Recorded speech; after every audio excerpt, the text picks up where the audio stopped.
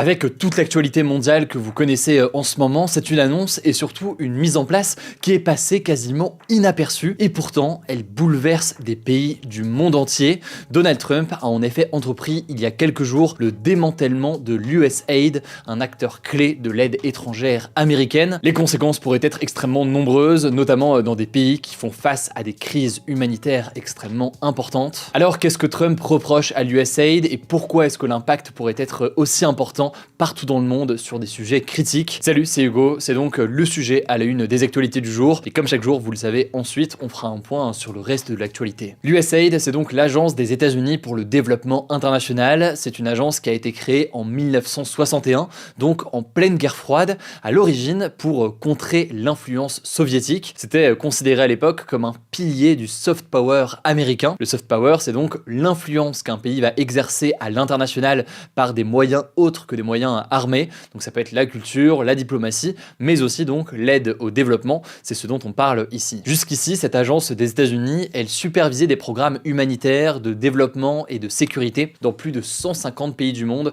avec un budget d'environ 40 milliards de dollars par an, soit environ 1% des dépenses à l'échelle nationale des États-Unis, à l'échelle fédérale. Et c'est une organisation qui finance notamment la lutte contre la famine, les maladies, le trafic d'êtres humains ou encore le soutien à des pays et à des populations en conflit, par exemple en Ukraine. On revient là-dessus dans un instant. Mais je vous le disais, dès son retour à la Maison-Blanche, Donald Trump a entrepris le démantèlement de l'agence, le tout avec l'aide d'Elon Musk qu'il a nommé à la tête du ministère de l'efficacité gouvernementale, avec un objectif affiché de couper drastiquement les dépenses de l'État. Plus précisément, le 20 janvier, donc le jour de l'arrivée au pouvoir de Trump, le président américain a d'abord gelé tous les fonds d'aide extérieure par un décret présidentiel qu'il a signé. Et dans les jours qui ont suivi, eh bien, les employés de l'USAID ont reçu l'ordre de cesser toute activité sous peine de sanctions.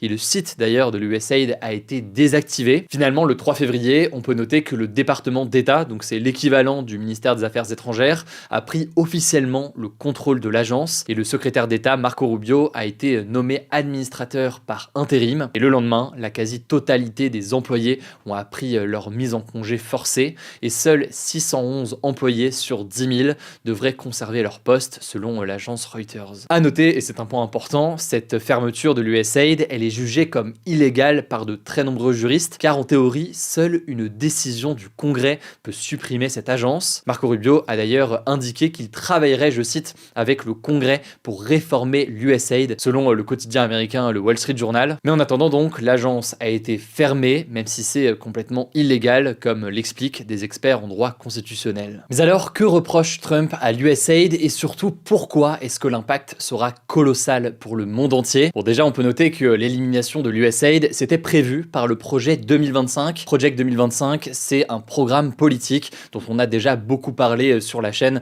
notamment quand on était sur place lors de la campagne présidentielle américaine.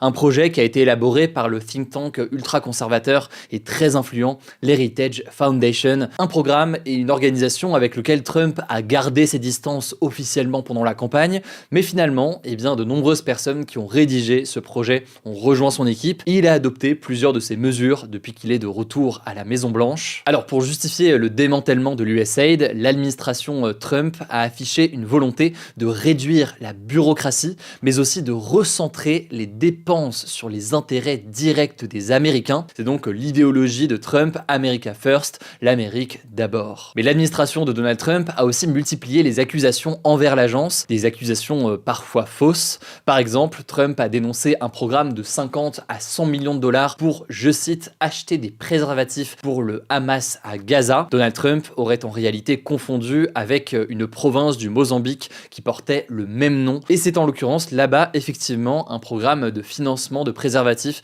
qui a été fait dans un enjeu de prévention. De son côté, Elon Musk, qui accuse l'USAID d'être une organisation criminelle et, je cite, un nid de vipères marxistes, a affirmé sur X, je cite, avec l'argent du contribuable, l'USAID a financé des recherches sur les armes biologiques, dont le Covid-19, qui a tué des millions de personnes. Fin de citation. Des accusations extrêmement graves, sans aucune preuve sur quoi que ce soit. Enfin, Elon Musk et d'autres membres de l'administration accusent l'USAID de poursuivre un agenda politique et culturel à l'international en faisant la promotion, je cite, de l'avortement, de l'extrémisme climatique et du radicalisme dualisme de genre. Fin de citation. Cette citation, d'où elle vient? Elle vient justement du projet 2025 dont je vous parlais à l'instant. Alors je le disais, l'impact de la suspension du USAID est absolument colossal. Déjà, faut noter que les États-Unis, ce sont le premier pourvoyeur mondial d'aide humanitaire. Ils financent environ 42% de l'aide mondiale selon l'ONU. Son démantèlement, il pourrait donc avoir des conséquences absolument majeures pour les populations bénéficiaires, même s'il y a certaines exceptions qui avaient été accordées dans certaines situations d'urgence, notamment concernant l'aide alimentaire d'urgence. L'Ukraine est l'un des pays les plus touchés, puisqu'en 2023, le pays a reçu 16,5 milliards de dollars. Alors même si l'aide militaire fournie par les États-Unis à l'époque n'est pas concernée par cette suspension, eh bien ce gel, il menace tout de même des programmes clés, par exemple le déminage, l'aide aux anciens combattants ou encore le soutien aux médias sur place. Sachant que, si vous suivez la chaîne, je ne vous apprends rien, vu la posture de Donald Trump ces derniers jours vis-à-vis de Zelensky, tout cela ne devrait pas changer dans les prochains jours. Par ailleurs, 60% des financements de l'USAID étaient destinés à des pays d'Afrique subsaharienne, et sur place donc, en Afrique subsaharienne, l'impact risque d'être considérable. Pour vous donner une idée, l'aide américaine, ça représente plus de la moitié de l'assistance étrangère qui est perçue par certains pays comme l'Éthiopie, le Soudan du Sud, le Nigeria, l'Ouganda, le Kenya ou encore la République démocratique du Congo. Il y a donc des millions de personnes qui risquent d'être privées d'accès aux soins de santé, à la nutrition et aux infrastructures essentielles. Surtout qu'aujourd'hui, on ignore complètement ce que l'administration de Donald Trump va vouloir réellement conserver, si finalement il décide donc de conserver sur le long terme certains programmes. Bref, beaucoup de programmes, que ce soit contre le VIH, la tuberculose, le paludisme, la santé maternelle et infantile, ou encore l'accès à l'eau potable sont menacés. Il y a aussi des cliniques et des services médicaux soutenus par l'USAID qui ont déjà fermé et qui privent de nombreux réfugiés, enfants et malades de traitements nécessaires. Enfin, on peut noter que cette suspension, elle pourrait aussi avoir des répercussions sécuritaires. Par exemple, un programme de surveillance d'Al-Qaïda a été stoppé en Côte d'Ivoire.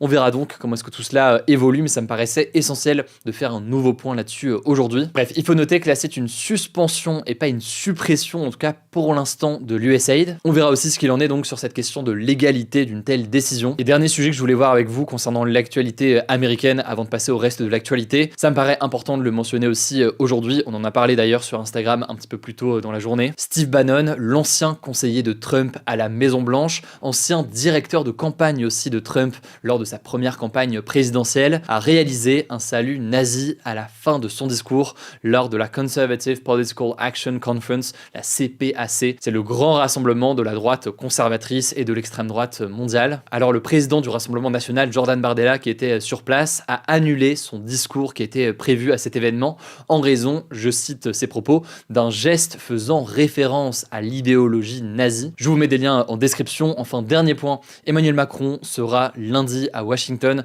pour rencontrer Donald Trump. On en a parlé déjà cette semaine. On suivra évidemment tout ça, j'en suis conscient encore une fois. Je sais qu'on parle beaucoup, énormément même de l'actualité américaine en ce moment. Et je vois que l'immense majorité d'entre vous comprend pourquoi est-ce qu'on considère que c'est essentiel d'en parler. Mais pour ceux qui se posent des questions, évidemment, ce qui se passe aux États-Unis est absolument historique. On voit d'ailleurs que c'est pas un sujet uniquement aux États-Unis, ça a un impact partout dans le monde, y compris en France, y compris en Europe, avec tous ces sujets donc de bouleversement et de rapprochement entre les États-Unis et la Russie. Il faut donc prendre le temps au quotidien d'analyser tout ce qui se passe. Pour autant, et je pense que vous le savez, on n'abandonne pas les autres sujets, que ce soit à l'international ou même en France. La une des actualités du jour, il y a 2 jours par exemple, c'était sur les PFAS, avec une loi donc portant sur un sujet de santé publique en France. Merci en tout cas pour votre confiance, que ce soit sur YouTube et en podcast. Je vous laisse avec Léa pour les actualités en bref et je reviens juste après. Merci Hugo et bonjour à tous. On commence avec cette actu. L'un des 4 corps remis par le Hamas ce jeudi à Israël n'est pas celui de l'otage Shiri Bibas, une femme de 33 ans enlevée avec ses 2 enfants le 7 octobre 2023, selon Israël. Israël accuse le Hamas de leur avoir remis le corps d'une personne inconnue à la place. Le premier ministre israélien Benjamin Netanyahou a accusé le Hamas d'une violation cruelle de la trêve et a promis, je cite, d'agir avec détermination pour ramener le corps de cette femme. De son côté, le Hamas a indiqué que le corps de Shiri Bibas avait pu être, je cite, mélangé par erreur avec d'autres sous les décombres. Concernant les 2 enfants Bibas, âgés de 4 ans et 8 mois lors de leur enlèvement, Israël affirme qu'ils ont été tués à Gaza par leurs ravisseurs en novembre 2023 et non par un bombardement israélien, comme l'affirme le Hamas. Toujours au Proche-Orient, plusieurs pays arabes arabes se sont réunis ce vendredi à Riyad, en Arabie Saoudite, pour discuter d'une alternative au projet de Donald Trump pour Gaza. On en a déjà parlé, le président américain souhaite déplacer les 2,4 millions de Palestiniens en Jordanie et en Égypte pour transformer Gaza en une riviera du Moyen-Orient, ce que rejettent l'Égypte et la Jordanie. L'objectif de cette réunion, c'était donc d'aborder de façon informelle un plan égyptien de reconstruction de l'enclave palestinienne dont les détails ne sont pas encore connus. Deuxième actu, Emmanuel Macron a répondu ce jeudi en direct sur les réseaux sociaux aux questions que se posent les Français sur la guerre en Ukraine et la sécurité de l'Europe. Alors on peut pas revenir ici sur tout ce qui a été dit dans ce live qui a duré plus d'une heure, mais le président a notamment appelé l'Europe à augmenter l'effort de guerre en augmentant le budget de la défense. Il a aussi déclaré que la France ne comptait pas envoyer de combattants en Ukraine, mais a indiqué envisager l'envoi de soldats français une fois la paix conclue pour la garantir face aux Russes. Ce mardi, il avait dénoncé la menace existentielle que représente la Russie pour l'Europe dans la presse quotidienne régionale. Emmanuel Macron rencontrera Donald Trump aux États-Unis ce lundi, on suivra ça. Troisième actu, en France, les sacs des élèves seront fouillés de façon aléatoire à partir du printemps. C'est ce qu'a annoncé la ministre de l'Éducation nationale Elisabeth Borne ce vendredi sur BFM TV. Cette mesure concernera les collèges et les lycées. Alors l'objectif affiché, c'est de lutter contre la violence à l'école et autour des établissements scolaires. Seuls les policiers pourront effectuer ces fouilles car le personnel éducatif ne peut pas fouiller un élève sans son accord. Il peut demander à voir le contenu d'un sac, mais si l'élève refuse, il ne peut rien faire de plus. La ministre a aussi indiqué vouloir modifier le code de l'éducation pour que lorsqu'un élève est surpris dans un établissement scolaire avec une arme blanche, comme un couteau par exemple, il passe systématiquement devant un conseil de discipline. Actuellement, ce n'est pas systématique et la sanction est choisie par l'établissement en question. Quatrième actu, le projet de loi d'orientation agricole a été définitivement adopté ce jeudi, soit 2 jours avant l'ouverture du Salon de l'agriculture. Ce texte, qui est présenté comme une réponse à la colère des agriculteurs, consacre la protection, la valorisation et le développement de l'agriculture au rang d'intérêt général majeur, comme le demandait la FNSEA, qui est le premier syndicat agricole. L'objectif, c'est de faciliter certains projets, comme les retenues d'eau ou les bâtiments d'élevage hors sol, même face aux enjeux environnementaux. Le texte demande aussi au gouvernement de ne pas interdire les pesticides autorisés par l'Union européenne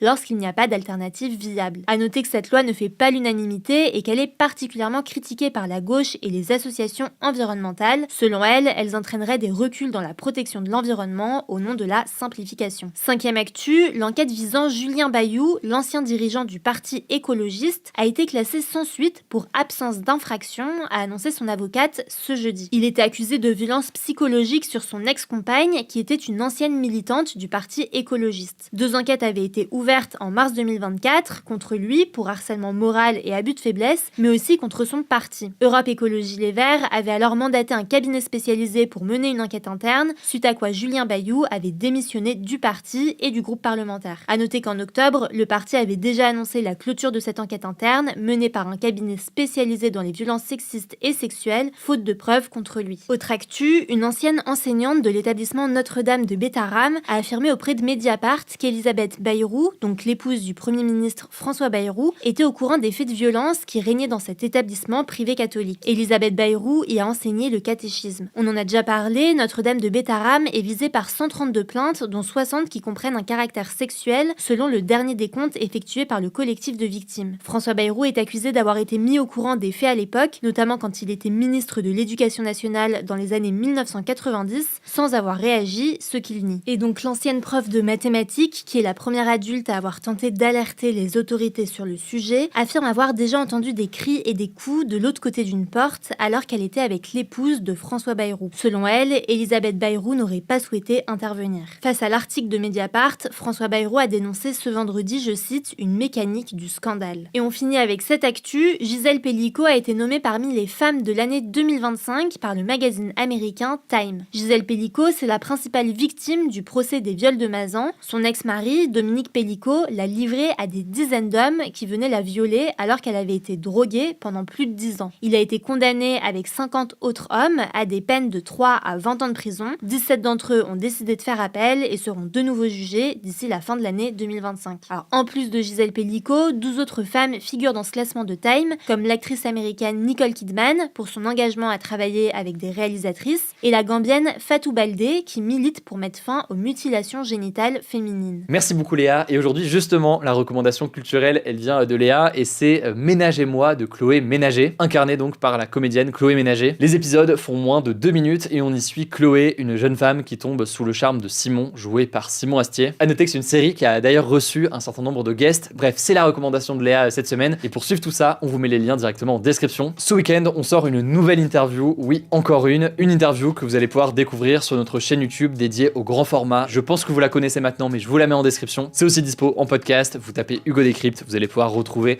les actus du jour et les interviews sur le même podcast. Prenez soin de vous, prenez soin de nos proches, et puis on se dit à demain pour une nouvelle vidéo.